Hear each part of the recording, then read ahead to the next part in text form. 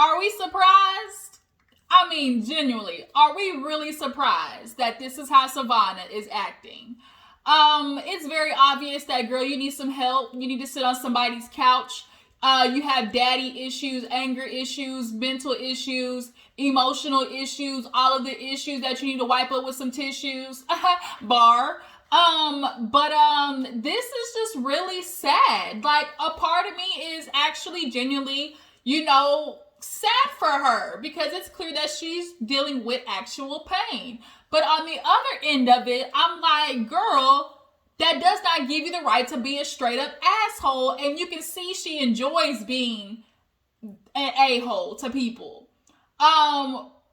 But truth be told, you really ain't bad about it, because you took your jab at Sakoya when she wasn't looking and when security was there, right?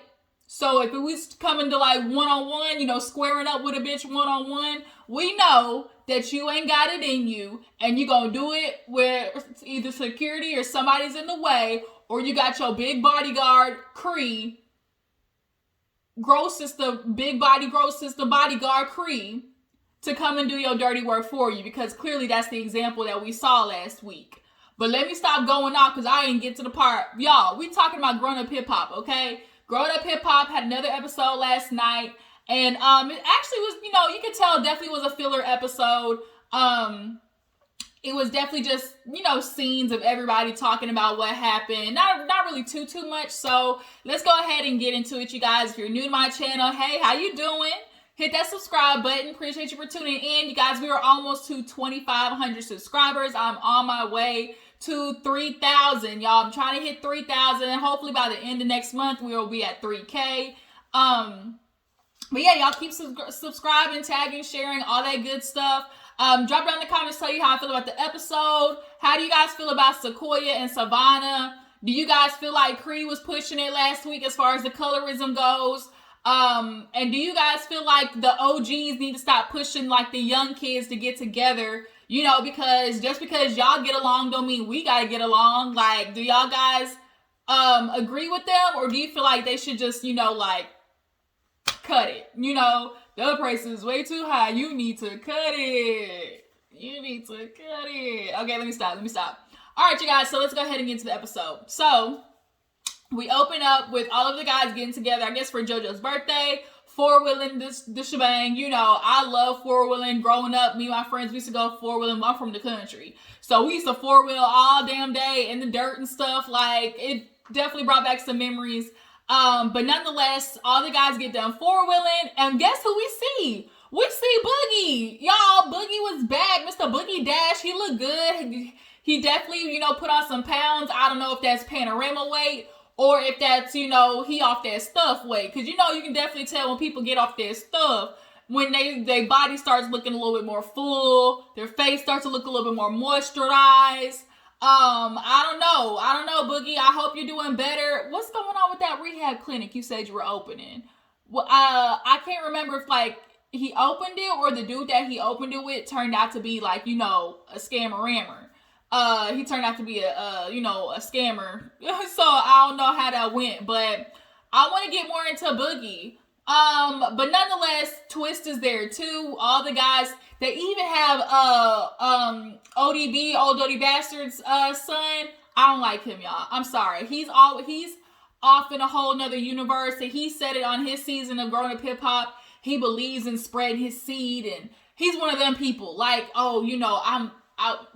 he's got multiple girls and convincing them that they are part of his little circle of, bringing, people into the world. Like, he believes the lies that he says, and then he picks these insecure ass women to believe the same lies. That's who he is, and he's trying to put it in a, little psychological bow of, oh, I'm doing the best for us. I'm gonna be out here and spread my seed and bring people into the world. All that bull. But nonetheless, they're asking TT's, what's his name? Damn, what's his name? Scott, Robert? Damn, what's his name? I'm having a mind blank. TT's husband's name. Damn, I cannot think of it right now. Nonetheless, y'all know, not husband, fiance. Y'all know who the hell I'm talking about. So they're asking TT's fiance, like, you know, how you feeling? Get ready to get married? He was like, shot. And, you know, we talking about the wedding. I'm going to need some more to drink. Every time he gets approached about this damn wedding, being in a relationship with TT, he is giving off badman vibes. Like, it is giving off, he don't want to be here no more. Just a memory. Love don't live here anymore.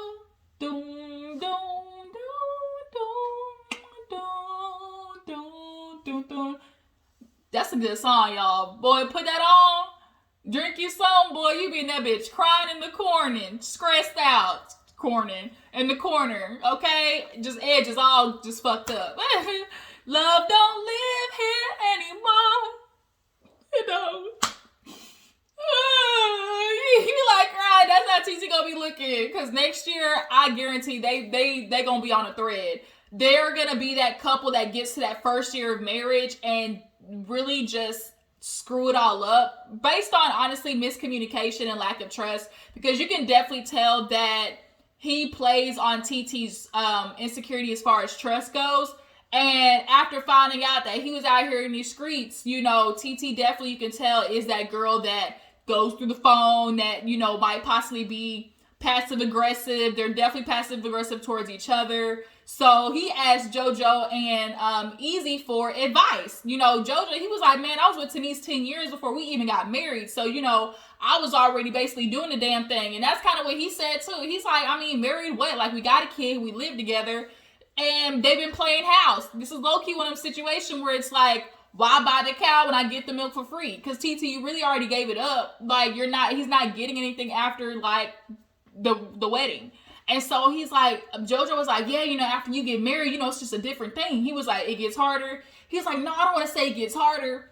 You know, it just, what's the word? Easy. And it's kind of like, they don't even know how to explain it. A lot of people say that. It's like, it's just something's different after you get married. I'm like, yeah, that bitch is on paper. It's legal. Now y'all can't, you know, disconnect, you know, cut it and run if you need be.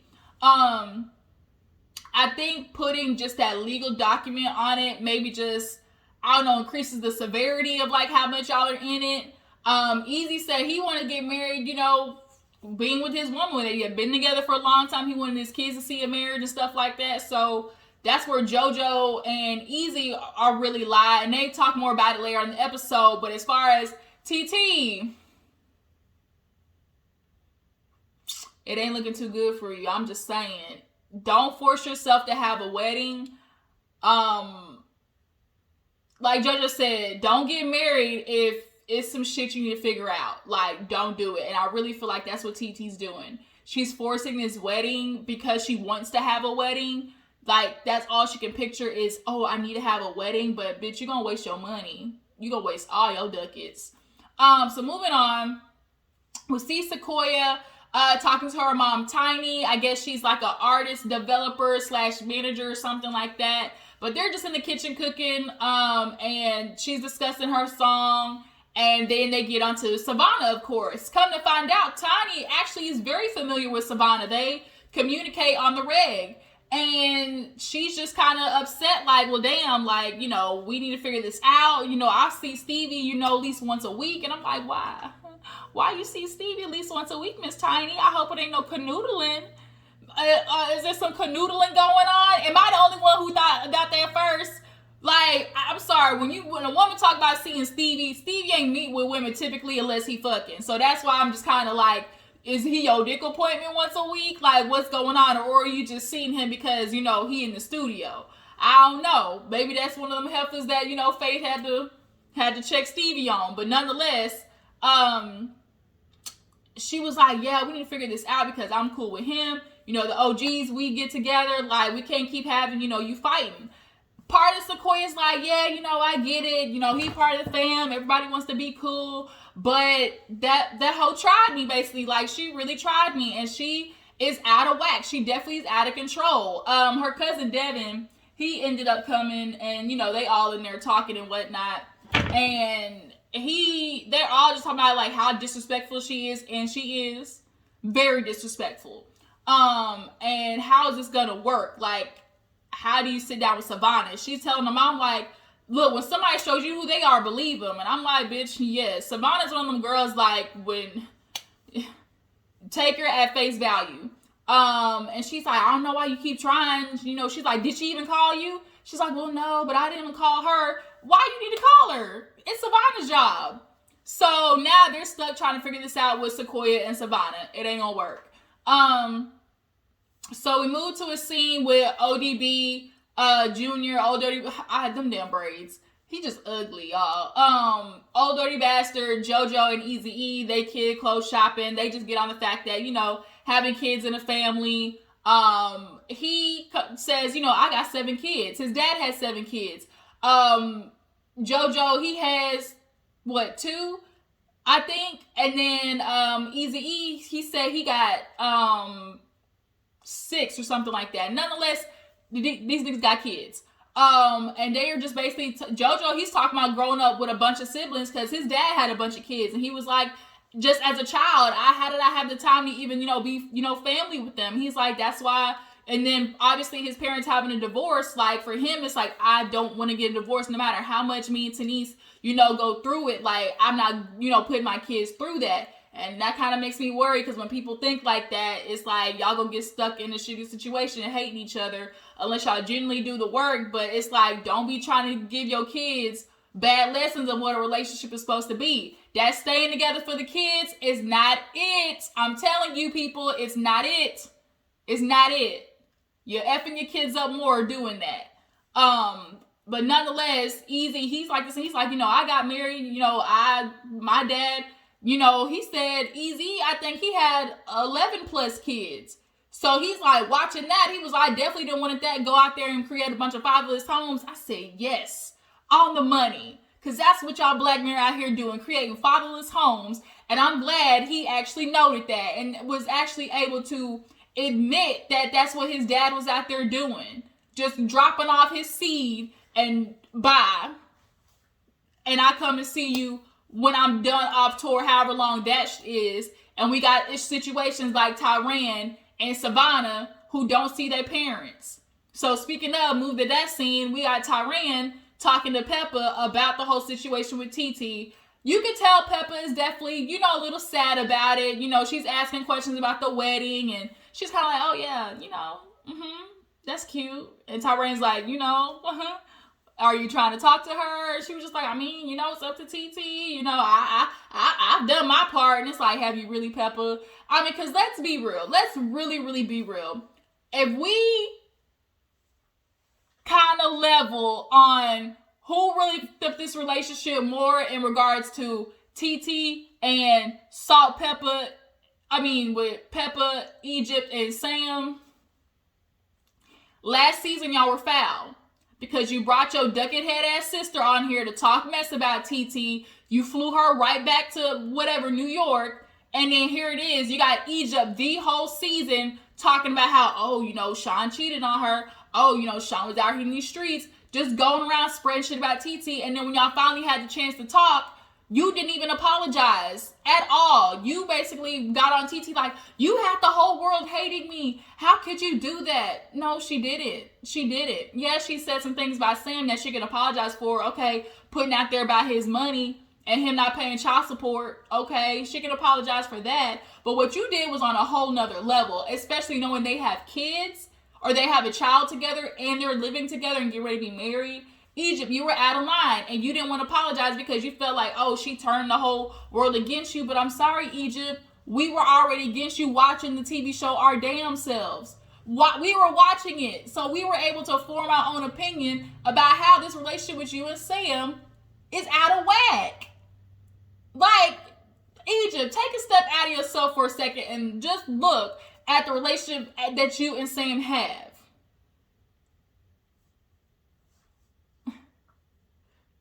And what y'all showed us on TV, what Sam showed us on TV. We all formulated our own opinion that we did not like it. And so we was tweeting that ass about it and you didn't like it. And so now you want to put it on Tee Tee. Oh, you told us, you know, you told Sam's business. And she did. She could say sorry about that. But that still don't change the fact that other people are able to formulate their own, you know, their own opinion about y'all's relationship.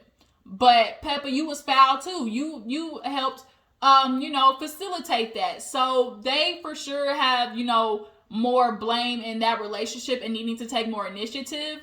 So now Tyran, he got to run back to Tee Tee, and Tyran, he got to look good. Let's see, with his little shirt off, with his little pecs out and shit. And I said, okay, Tyran, okay. So he's like telling Tee Tee, I talked to my mom, she talking about the wedding, she's like, oh, that's cool. He's like, she really sounded like, sad, she was like, oh, okay. She's like, well, I didn't see it. And it's kind of like Tee Tee definitely is being hard-headed. I think also Tee Tee just suffers from stubbornness and, what's the word I'm looking for? She definitely carries an air of, I'm too good for this sometimes, right? And although I understand you wanted to keep the distance, you were best friends with Egypt. Like, y'all did everything together. Like, you literally moved in with Pep because y'all were that close. That has to hurt, Tee Tee. Like, it has to. And as Tyran, it's like, are you really about to go your whole life? Like, the baby's whole life. Like, this is fresh new life without even having your aunt there, without having them. Like, God forbid anything happened. Like, the panorama showed that life is unpredictable. And she's just like, he's got a whole bunch of other aunts, aunts and uncles. And so Tyran is just like at a loss for words. He's like, well, Pep said she tried. And she was like, no, she didn't. She was like, no, she didn't. I mean, do y'all believe Pep tried? Do y'all believe she did? I don't know if I believe that. I don't think Pep sent a text message. She probably sent, congratulations, or probably sent a, something like a congratulations for the wedding. But as far as like establishing or trying to initiate fixing the issue, I don't believe that. But Tee Tee's like, I got the same phone number. So Tyran's like, that's an opening. That's an opening. Like that's something. She's like, no, I'm just saying I'm not reaching out, but my phone line, if she want to call me, I mean, he's like, you'll answer. She's like, I don't know yet. So basically Tyran's gonna leave that as it what it is. So Sakoya meets with Stevie J and his son. Basically, they talk about Savannah. Sakoya's like, look, I don't know if your daughter's up for it. And at the end of the day, she's wild. She's foul as fuck.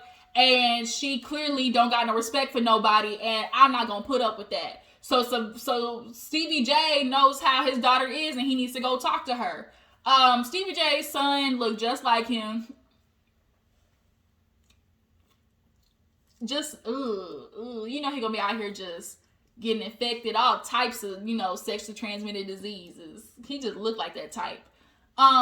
Just raw dog all the time. But basically Sakoya's like, you need to fix that.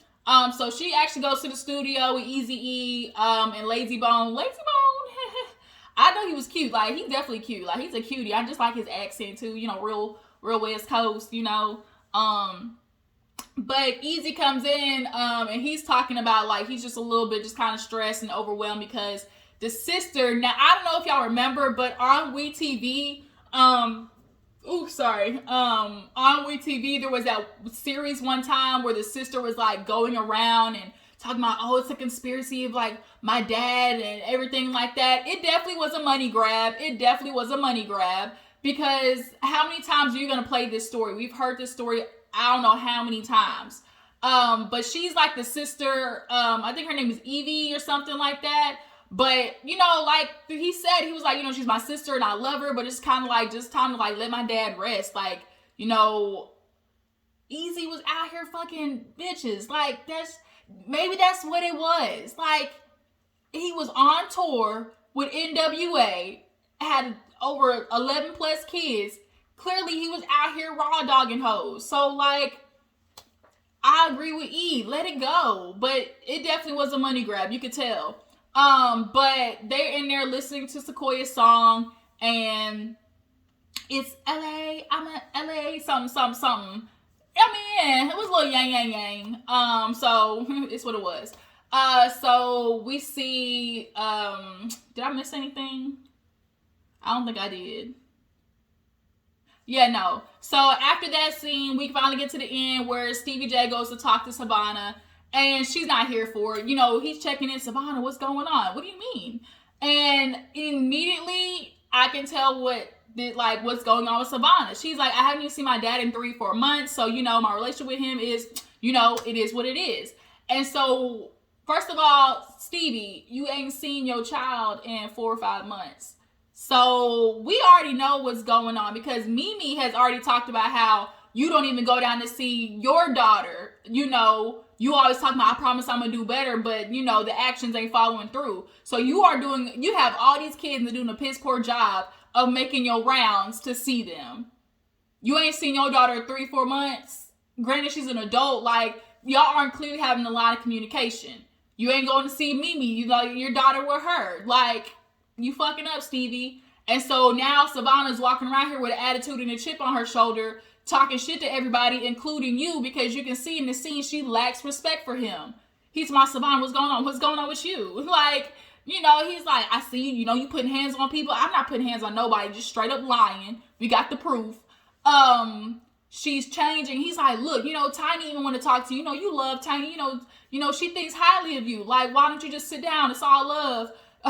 I ain't dealing with nobody. Ain't nobody in my life. I ain't do nothing. If it don't make money, it don't make sense. Like, she just wilding. Just lacks respect. And now Stevie, he can see it. My daughter, I can tell she's going through some things, trying to cover it up with humor. And, I dealt my anger, when I was 22 a little differently. So he sees it. He definitely sees it. And you can tell in that scene, it's hitting him about how much, possibly he has something to do with what her anger is. Because you do.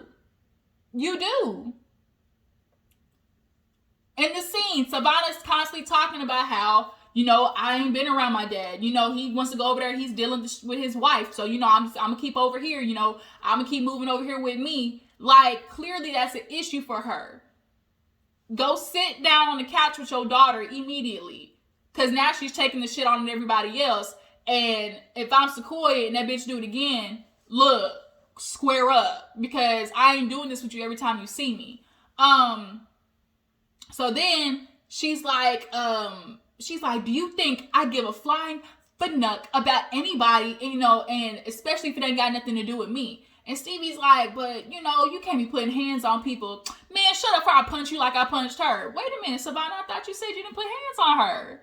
See how quick you lied? You raggedy heifer.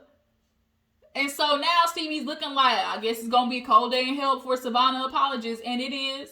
It's going to take Savannah honestly getting her ass beat to bring that, that little, feeling froggy in her chest down some. Somebody's really going to have to whoop that ass, give her a couple of knots on her head, possibly a black eye, and, show her that she really ain't as bad as she is. She's spoiled as fuck, and you got something to do with it because you tried to use money to make up for the fact that you wasn't with her.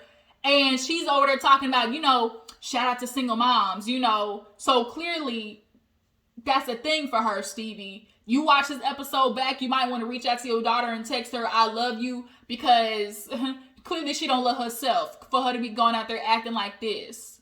Because she's talk fly to a man like that in the street, she gonna get her ass beat. Not saying that it's, not saying that that's right, but I'm just saying niggas out here ain't scared to, beat up on girls. And she reckless as fuck. So y'all drop down in the comments. Tell me how you feel about the episode. That is everything I talked about. What do you guys feel about Savannah? Do you guys feel like Stevie J definitely has some ownership in why she's acting the way she is? Yeah. And I'll see you guys next time. Y'all stay tuned. I think I'm going to go live tomorrow. So y'all just stay tuned. I might post it to talk about this Tasha K, Cardi B, Jenny, just a whole bunch of stuff that's, popping up. So y'all stay tuned. Make sure to follow my Instagram and Twitter. I'm going to catch you later. Deuces.